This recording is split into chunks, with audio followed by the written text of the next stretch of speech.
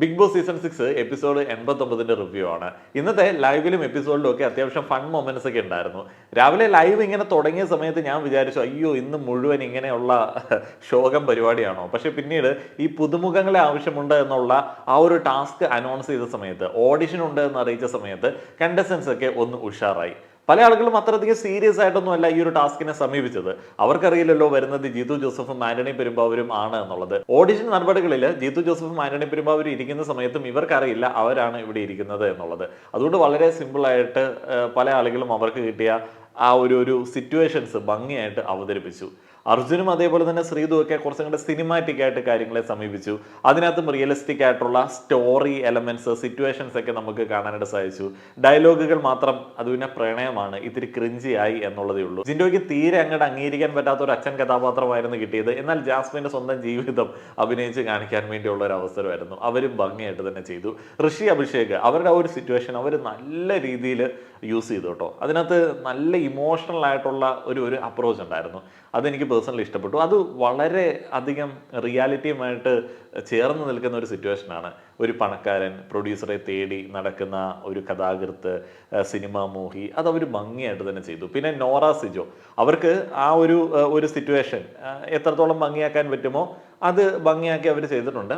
എന്നാൽ നോറയുടെ ആ ഒരു പെർഫോമൻസിൽ സംഭവിച്ചത് എന്താണെന്ന് വെച്ച് കഴിഞ്ഞാൽ, നോറ കൊടുത്ത സിറ്റുവേഷൻ്റെ ഓവറാക്കി എന്ന് പറയുമ്പോഴത്തേന് ഒരു ബോധമില്ലാത്ത ഒരു ക്യാരക്ടറിനെ പോലെ ആയിപ്പോയി. ശരിക്കും ക്യാരക്ടർ ഡിസ്ക്രിപ്ഷനിൽ അങ്ങനെ ഒരു ബോധമില്ലാത്ത നോറയുടെ ഭാഷയിലെ മൊയന്തായി മാറേണ്ട ഒരു സംഗതി ഉണ്ടായിരുന്നില്ല. സിജോ വളരെ ഫോർമലായിട്ട് ആ ഒരു കഥാപാത്രത്തെ സമീപിച്ചു. എല്ലാവരുടെയും നല്ല പെർഫോമൻസ് ആയിരുന്നു. എനിക്ക് എല്ലാവരുടെ പെർഫോമൻസും നല്ല രീതിയിൽ എൻജോയ് ചെയ്യാനായിട്ട് സാധിച്ചു. ഇവർ ഇത്ര നല്ല രീതിയിൽ പെർഫോം ചെയ്യുമെന്ന് ഞാൻ വിചാരിച്ചില്ല. പിന്നെ ഞാനിങ്ങനെ ആശ്വസിച്ചു, ഈ ഒരു ടാസ്ക് ഒക്കെ ഉഴപ്പിയിട്ടുണ്ടെങ്കിൽ ജിത്തു ജോസഫിൻ്റെ സിനിമയാണ്, അദ്ദേഹം ഒരു അവസരമൊക്കെ കൊടുക്കും. അവസരമൊക്കെ കൊടുത്തിട്ട് എവിടെയെങ്കിലുമൊക്കെ കുഴിച്ചിടും. പിന്നെ കരിയറിൽ പൊങ്ങി വരാനായിട്ട് പറ്റത്തില്ല. വരുൺ പ്രഭാകർക്ക് എവിടെ പോയി? സംവിധായകനും നിർമ്മാതാവും വരുന്ന സമയത്ത് കണ്ടസ്റ്റൻസ് രണ്ടാളുകൾ ചേർന്നിട്ടാണ് പെർഫോമൻസ് അവതരിപ്പിക്കേണ്ടത്. ഓഡിഷൻ പരിപാടിയാണ്, എല്ലാ ആളുകൾക്കും ഓരോ സിറ്റുവേഷൻ കൊടുക്കുന്നുണ്ട്. അർജുൻ ആൻഡ് ശ്രീതു ഒന്നിച്ചാണ് ഒരു സിറ്റുവേഷൻ കൈകാര്യം ചെയ്യേണ്ടത്. കാമുകനും കാമുകയാണ്. പ്രണയത്തിൻ്റെ ഒരു ഘട്ടത്തിലേക്കൊക്കെ എത്തുന്ന സമയത്ത്, ആൺകുട്ടികൾ സെറ്റിലാവാതിരിക്കുന്ന സമയത്ത്, വീട്ടിൽ നിന്നുള്ള പ്രഷർ കൊണ്ടും വേറെ പല കാരണങ്ങൾ കൊണ്ടും ഒരു പിരിയൽ പരിപാടി പല ബന്ധങ്ങളിലും നടക്കാറുണ്ട്.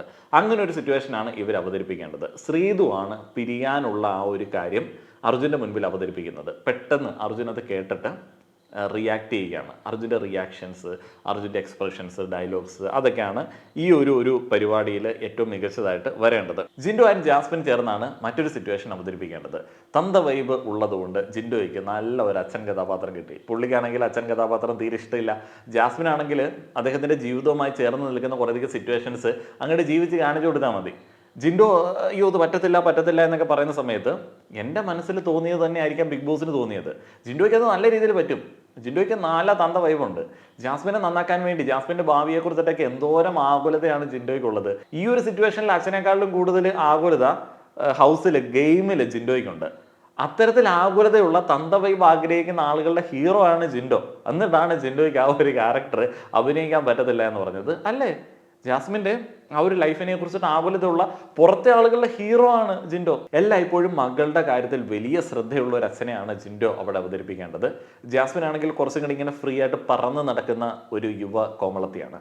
അപ്പം അച്ഛൻ്റെ ഒരു ആകുലതയാണ് ജിൻഡോ പ്രസൻറ്റ് ചെയ്യേണ്ടത്. വീട്ടിൽ അമ്മ വയ്യാതെ കിടപ്പുണ്ട്. അങ്ങനെയാണ് ജിൻഡോ ആ ഒരു സ്റ്റോറി, ഇവർ ആ ഒരു സ്റ്റോറിയെ മേക്ക് ചെയ്തത്. അപ്പോൾ വിവാഹ പ്രായത്തിലെത്തിയ മകൾ, അങ്ങനെ നടക്കുന്ന മകളെ ഒരിടത്ത് വിളിച്ചെത്തി തൻ്റെ ആഗ്രഹങ്ങളും അഭിലാഷങ്ങളും ഒക്കെ പറയുന്ന ഒരു സിറ്റുവേഷനാണ് ഇവിടെ പ്രധാനപ്പെട്ടതായി ഉള്ളത്.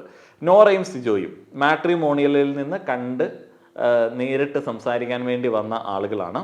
അപ്പോൾ നോറ ഇച്ചിരിങ്ങടെ അടിച്ചു പൊളിച്ച് നടക്കുന്ന മോഡേൺ ആയിട്ടുള്ളൊരു ഗേളാണ്. എൻ്റർടൈൻമെൻറ്റിനാണ് കൂടുതൽ പ്രാമുഖ്യം കൊടുത്തിരിക്കുന്നത്. സിജു അങ്ങനെയല്ല, വളരെ സിസ്റ്റമാറ്റിക് ആണ്. വളരെ ഫോർമലായിട്ട് ആവശ്യത്തിന് മാത്രം സംസാരിച്ച് എല്ലാ കാര്യങ്ങളും വളരെയധികം പ്ലാൻ ചെയ്ത് ചെയ്യുന്ന ഒരാളാണ്. അപ്പോൾ ഈ രണ്ടാളുകളെ അവരുടെ ഒരു സിറ്റുവേഷനെ, ഒരു കോഫി മീറ്റിനെ അവിടെ അവതരിപ്പിക്കണം. അഭിഷേക് ആൻഡ് ഋഷി എന്ന് പറയുന്നത് തൻ്റെ കഥയുമായിട്ട് ഒരു നിർമ്മാതാവിനെ തേടി അലഞ്ഞു തിരിയുന്ന ഒരു സിനിമാ മോഹി. അഭിഷേക് പൂത്ത പണക്കാരൻ. അപ്പോൾ ആ ഒരു പണക്കാരൻ്റെ അടുത്ത് ഇദ്ദേഹം ഈ ഒരു കഥയുമായിട്ട് ചെല്ലുകയാണ് ഋഷി. ആ ഒരു പണക്കാരനെ കൺവിൻസ് ചെയ്യേണ്ട ഒരു സിറ്റുവേഷനാണ്. അപ്പോൾ ആ ഒരു പണക്കാരൻ്റെ റോള് നല്ല രീതിയിൽ അഭിഷേക് ചെയ്യുന്നുണ്ട്. ഋഷി ആ ഒരു സിനിമാ മോഹിയെ നല്ല രീതിയിൽ അവതരിപ്പിക്കുന്നുണ്ട്. ഇനി ഓരോ ആളുകളുടെയും പെർഫോമൻസിനകത്തെ പ്രധാനപ്പെട്ട കാര്യങ്ങളെ കുറിച്ചിട്ട് പറയാം. അർജുൻ ആൻഡ് ശ്രീതു ആണ് ആദ്യം വരുന്നത്. ഡയലോഗ്സ് ക്രിയേറ്റ് ചെയ്ത് പറയുന്നതിൻ്റെ ഒരു ടഫ്നെസ് ഉണ്ട്. ഞാൻ പറഞ്ഞു അത് ഒരു ലവ് സിറ്റുവേഷനാണ്. ഇത്തിരി ക്രിഞ്ചി പരിപാടി എന്താണെങ്കിലും ഉണ്ടാവും. പിന്നെ ഡയലോഗുകൾ ഉണ്ടാക്കുകയും ചെയ്യണം. അഭിനയിച്ചാൽ മാത്രം പോരല്ലോ, ഡയലോഗ് ഉണ്ടാക്കുക എന്നുള്ളത് വലിയൊരു ടാസ്ക് തന്നെയാണ്. അപ്പോൾ അവർ അതിനെ അവതരിപ്പിക്കുന്ന ഒരു രീതിയുണ്ട്. ആദ്യം അതിനെ ഒന്ന് എസ്റ്റാബ്ലിഷ് ചെയ്യുന്നു, അവരുടെ ആ ഒരു പ്രണയത്തെ ഒന്ന് എസ്റ്റാബ്ലിഷ് ചെയ്യുന്നു. അതിനുശേഷം അവിടെ ഒരു ബീച്ചിൻ്റെ വൈബൊക്കെ നമുക്ക് കിട്ടുന്നുണ്ട്. അവരങ്ങനെ ഒരു രീതിയിൽ അതിനെ പ്രസൻറ്റ് ചെയ്യുന്നുണ്ട്. അതിനുശേഷം അവർ ഫോൺ കോളിലേക്ക് വരികയാണ്, ഒരു നൈറ്റ് ഫോൺ കോളിലേക്ക് വരികയാണ്.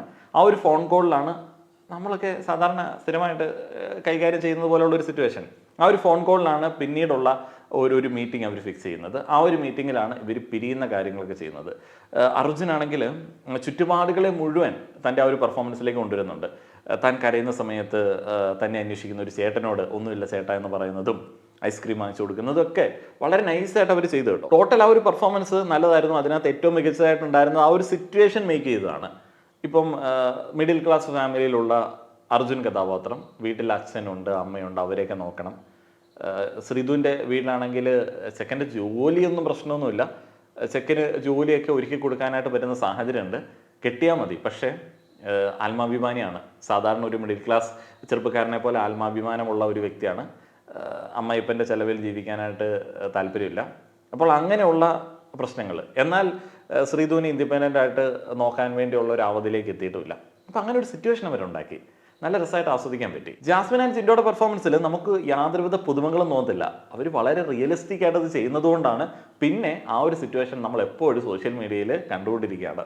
ജാസ്മിനെ നന്നാക്കുക എന്നുള്ളതാണല്ലോ സീസൺ 6 മെയിനായിട്ടുള്ള പരിപാടി. ജാസ്മിനെ നന്നാക്കുന്ന തന്ത വൈബ് ഏറ്റവും കൂടുതലുള്ള ജിൻഡോയ്ക്കാണല്ലോ കപ്പ് കൊടുക്കാൻ വേണ്ടി ആളുകൾ പറയുന്നത്. അതേപോലെ തന്നെ ജാസ്മിനിലെ മകൾ, ജാസ്മിനിലെ ഭാര്യ, ഇതിനെക്കുറിച്ചിട്ടൊക്കെയാണല്ലോ പുറത്ത് ഏറ്റവും വലിയ ചർച്ചകൾ. അപ്പോൾ ആ ഒരു മകൾ കഥാപാത്രത്തെ കൈകാര്യം ചെയ്യുന്ന ജിൻഡോ എന്നുള്ളതായിരുന്നു ഇവിടെ എനിക്ക് തോന്നിയത്. ജാസ്മിൻ ഇങ്ങനെ നടക്കുന്നു, ചില ഡിസിഷൻസ് ഒന്നും മജോറിറ്റിക്ക് ഇഷ്ടപ്പെടുന്ന രീതിയിലേക്ക് ആവുന്നില്ല. മകളാവണം, ഭാര്യയാവണം, നല്ല രീതിയിലാവണം, ഇങ്ങനൊരു മകൾ നിങ്ങൾക്കുണ്ടായാലോ, ഇങ്ങനൊരു ഭാര്യ നിങ്ങൾക്കുണ്ടായാലോ എന്നൊക്കെ ആദ്യ ടീമുകൾ, എന്തിനാണ് ആദ്യം സ്വന്തം മക്കളുടെ കാര്യത്തിൽ ആദ്യം വെച്ചാൽ പോരെ, ആദ്യ ടീമുകൾ വന്നിട്ട് എന്നോട് ചോദിക്കാറുണ്ട്. അതിനിടയ്ക്ക് വേറെ ചില ആദികളും കാണാനായിട്ട് സാധിക്കും. ജാസ്മിൻ്റെ അച്ഛനില്ലാത്ത ആദ്യമാണ് ചില കൊച്ചു തന്തകൾക്ക്, ഇതിലേക്കിടെ കറങ്ങി നടക്കുന്നവന്മാർക്ക്. ജാസ്മിനെ കെട്ടുവോ, നിങ്ങൾ കെട്ടുവോ, നിങ്ങൾ കെട്ട് എന്നൊക്കെ പറഞ്ഞിട്ട് എല്ലാ കമൻറ്റ് ബോക്സിലും, എൻ്റെ കമൻറ്റ് ബോക്സിലും വന്ന് പറയാറുണ്ട്. അപ്പോൾ അത് മറ്റേ കെട്ടാൻ ആളില്ലാതെ നടക്കുന്ന ഒരാളാണെന്ന് എനിക്ക് തോന്നിയിട്ടില്ല. നിങ്ങൾക്ക് എന്തൊരു ആദ്യമാണ്, നിങ്ങൾക്ക് നാട്ടുകാരുടെ മുഴുവൻ തന്തയാവേണ്ട ആവശ്യമുണ്ടോ? ഏതായാലും ഈ ഒരു തന്ത വൈബിനെ ഓർമ്മിപ്പിക്കുന്ന തരത്തിലേക്കുള്ളതായിരുന്നു ജാസ്മിൻ ജിൻഡോയുടെ പെർഫോമൻസ്.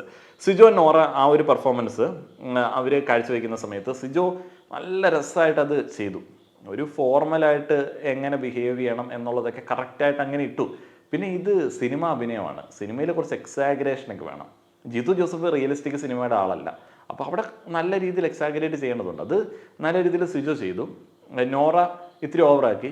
നോറ പെർഫോം ചെയ്തു വന്ന സമയത്ത് കുറച്ചും കൂടെ ഫ്രീ മൈൻഡായിട്ട് നടക്കുന്ന ഒരാൾ എന്നുള്ളതിൽ നിന്ന് മാറി ഒരു ബോധമില്ലാത്തൊരു മൈൻഡിനെ പോലുള്ള ഒരു ക്യാരക്ടറായിപ്പോയി. പക്ഷേ നല്ല രസമുണ്ടായിരുന്നു. ഋഷി അഭിഷേകിൻ്റെ ഞാൻ പറഞ്ഞു, അവർ വളരെ നൈസായിട്ട് ആ ഒരു സിറ്റുവേഷൻസ് കൈകാര്യം ചെയ്തു. അപ്പോൾ അതിലെ പണക്കാരൻ ക്യാരക്ടറിനെ അവതരിപ്പിക്കുന്ന അഭിഷേകിൻ്റെ പെർഫോമൻസ് എടുത്ത് പറയേണ്ടതായിരുന്നു. അത് പക്ക. അഭിഷേക് നല്ല രീതിയിൽ അങ്ങനെയുള്ള ക്യാരക്ടറുകളെ ഒബ്സർവ് ചെയ്തിട്ട് അത് കറക്റ്റായിട്ട് കൊണ്ടുവന്നിട്ടുണ്ട്. വളരെ അനായാസം അയാൾ ആ ഒരു ക്യാരക്ടർ പെർഫോം ചെയ്തു. ഒന്നും പറയാനില്ല. അഭിഷേകിന് നല്ല നല്ല റോൾസ് കിട്ടട്ടെ എന്ന് ഞാൻ ആഗ്രഹിക്കുകയാണ്. അത് അഭിഷേകിന് ഇപ്പം നമ്മളിപ്പം നമ്മുടെ മനസ്സിൽ കാണുന്ന ഒരു റോളായിരിക്കില്ല കിട്ടുക. അഭിഷേക് ഒരു സിനിമയിൽ അഭിനയിച്ചിട്ടുണ്ടല്ലോ, മഡി എന്ന് പറയുന്ന ഒരു സിനിമ. ആ ഒരു സിനിമ ഞാൻ കണ്ടിട്ടുണ്ട്. ഒരു സിനിമ ഒരു അമച്വർ മൂഡ് സിനിമയാണ്, എന്നാലും അത് എനിക്ക് വലിയ കുഴപ്പമില്ലാതെ ആസ്വദിക്കാൻ പറ്റിയൊരു സിനിമയാണ്. ഒരു ഓഫ് റോഡ് മൂഡിലുള്ള ഒരു പടമാണ്. ഓർമ്മയിൽ നിൽക്കുന്ന തരത്തിലേക്കുള്ളതല്ല എങ്കിലും അതിനകത്ത് എഫേർട്ടൊക്കെ എനിക്ക് പേഴ്സണലി ഇഷ്ടപ്പെട്ടതാണ്. അതിനകത്ത് കുറേ സ്റ്റണ്ട് രംഗങ്ങളൊക്കെ ഉണ്ട്.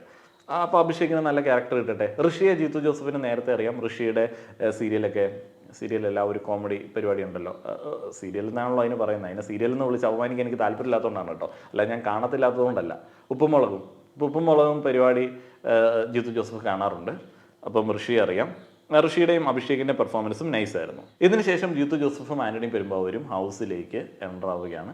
എല്ലാവരും എക്സൈറ്റഡ് ആവുന്നു, അന്തം വിടുന്നു. അപ്പം ജിത്തു ജോസഫിൻ്റെ സിനിമയിലൊരു അവസരം കിട്ടുക എന്നൊക്കെ പറഞ്ഞു കഴിഞ്ഞാൽ എല്ലാവരും വളരെയധികം സന്തോഷത്തിലാണ്. ജാസ്മിനൊക്കെ കുറച്ചും കൂടെ റിയലിസ്റ്റിക് പെർഫോമൻസ് ഒക്കെ കാഴ്ചവെച്ചു. അപ്പോൾ അത് ശ്രദ്ധിക്കപ്പെടുന്നുണ്ട്. എല്ലാ ആളുകളെയും പേഴ്സണലായിട്ട് അറിയാമെന്നൊക്കെ അവർ പറയുന്നുണ്ട്.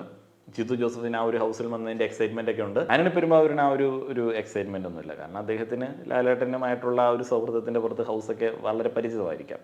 അപ്പോൾ എന്തൊക്കെയാണെങ്കിലും അവർ സംസാരിക്കുകയാണ്. എമ്പുരാനെ കുറിച്ചിട്ടും ബറോസിനെ കുറിച്ചിട്ടുമൊക്കെ ചോദിക്കുന്നുണ്ട്. ഹൗസിലെ കാര്യങ്ങളെ കുറിച്ചിട്ട് സംസാരിക്കുന്നുണ്ട്. അങ്ങനെയുള്ള വളരെ രസകരമായിട്ടുള്ളൊരു സംഭാഷണം, വളരെ പോസിറ്റീവായിട്ടുള്ളൊരു എപ്പിസോഡ്. നിങ്ങളുടെ അഭിപ്രായങ്ങൾ പറയുക. നന്ദി.